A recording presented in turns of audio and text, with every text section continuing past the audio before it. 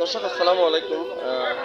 আমি যেখানটায় দাঁড়িয়ে আছি এটা হচ্ছে যে ফটিকছড়ি উপজেলার দাঁতমারা ইউনিয়নের দাঁতমারা রাবার বাগান বলা হয়। এটি এশিয়ার বৃহত্তম রাবার বাগান এবং এশিয়ার বিখ্যাত রাবার বাগান। এই রাস্তাটি হচ্ছে সিল্কি রোড বলে আখ্যায়িত হয়েছে, প্রসিদ্ধ হয়েছে বিভিন্ন পর্যটকদের কাছে, যারা বিভিন্ন জেলা থেকে, বাংলাদেশের বিভিন্ন জেলা থেকে যারা ঘুরতে আসেন। এই রাস্তার যে ভিউ, সেই ভিউ দেখে দর্শক পর্যটকরা কিন্তু আকৃষ্ট হয়েছে। ফলশ্রুতিতে ঈদ পরবর্তী সময়ে এখানে ভ্রমণ প্রিয়াসু মানুষের ঢল নেমেছে। এখানে বিশেষ করে বিকেলবেলা হলে বিভিন্ন বয়সে মানুষের আনাগোনা শুরু হয় এবং এই পর্যটকদের আনাগোনাকে কেন্দ্র করে এখানে বিভিন্ন ব্যবসা প্রতিষ্ঠান গড়ে উঠেছে, ভ্রাম্যমান কিছু দোকানপাট গড়ে উঠেছে, তারা কিন্তু ব্যবসা বাণিজ্য করতেছে। এই রাস্তাটি নির্মাণ করেছেন দাঁতমারা ইউনিয়নের জনপ্রিয় চেয়ারম্যান জনাব জানে আলম সাহেব।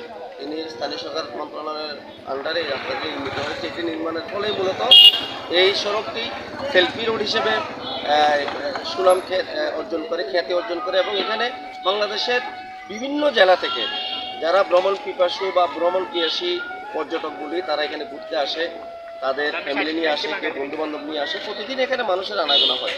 বিশেষ করে ঈদ উল ফিতর এবং ঈদ উল আজহার সময় এখানে মানুষের আনাগোনা বেড়ে যায়। মানুষ ঘুরতে আসে, একটু প্রকৃতির সাথে একটু মিশে যেতে চায়, প্রকৃতির সাথে কথা বলতে চায়। এখানে এই জন্য মানুষের সমাগম ঘটে। কিন্তু একটি বিষয় এখানে বলতে হয়, সেটি হচ্ছে যে এই মানুষের আনাগোনা বা জনসমাগমকে কেন্দ্র করে এখানে কিছু বৈধ ব্যবসার পাশাপাশি কিছু অবৈধ ব্যবসা গড়ে উঠেছে। যেমন বিভিন্ন ধরনের তাস খেলা, বিভিন্ন ধরনের কাঠ, টাকার বিনিময়ে, অর্থাৎ যেটাকে আমরা দেশীয় পরিবেশের জুয়া বলি, এই সমস্ত খেলাগুলো কিন্তু এখানে বিভিন্ন দোকানদাররা নিয়ে বসে, যার কারণে এটা নিয়ে কিন্তু বিভিন্ন সময় বাকবিতণ্ডা হয় এবং বাকবিতণ্ডা থেকে মারামারি পর্যায়ে পর্যন্ত ঘটে যায়। আজকেও সেটা একটি ঘটনা ঘটেছে। তো এখানে এই যে মানুষের জনসমাগম, যে জনস্রোত আপনারা দেখতে পাচ্ছেন, এটি যদি ক্যামেরা দেখেন আপনারা, এখন সন্ধ্যা হয়ে গেছে, অনেকটা সন্ধ্যা গড়িয়ে আসছে, তারপর কিন্তু মানুষের আনাগোনা কমতেছে না, মানুষ আসতেছে।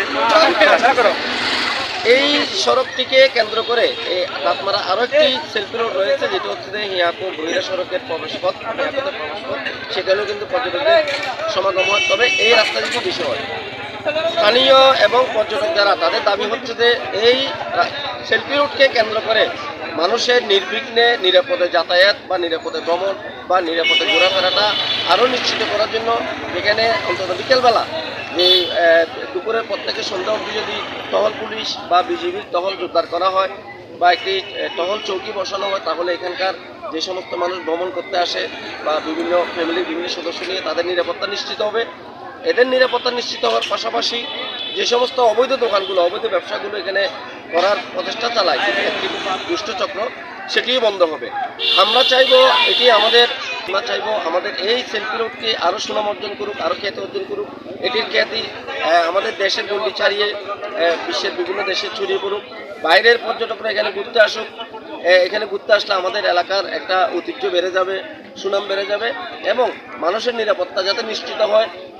স্থানীয় এবং ভ্রমণ পিয়াসীদের পাশাপাশি আমরাও প্রশাসনের কাছে জোর দাবি জানাচ্ছি, যাতে করে এই সড়কে অন্তত দুপুরের পর থেকে সন্ধ্যা অবধি অন্তত মানুষের নিরাপত্তা নিশ্চিত করার জন্য, নির্বিঘ্নে ঘোরাফেরা নিশ্চিত করার জন্য, যেহেতু মহিলারা আসে এখানে, তাদের ছোট ছোট বাচ্চারা আছে, তাদের নিরাপত্তা নিশ্চিত করার জন্য অন্তত টহল পুলিশ অথবা ঘন্টা 2 ঘন্টা যদি টহল চৌকি যদি স্থাপন করা হয়, তাহলে পরে এই এলাকায় মানুষ নির্বিঘ্নে ঘোরাফেরা করতে পারবে।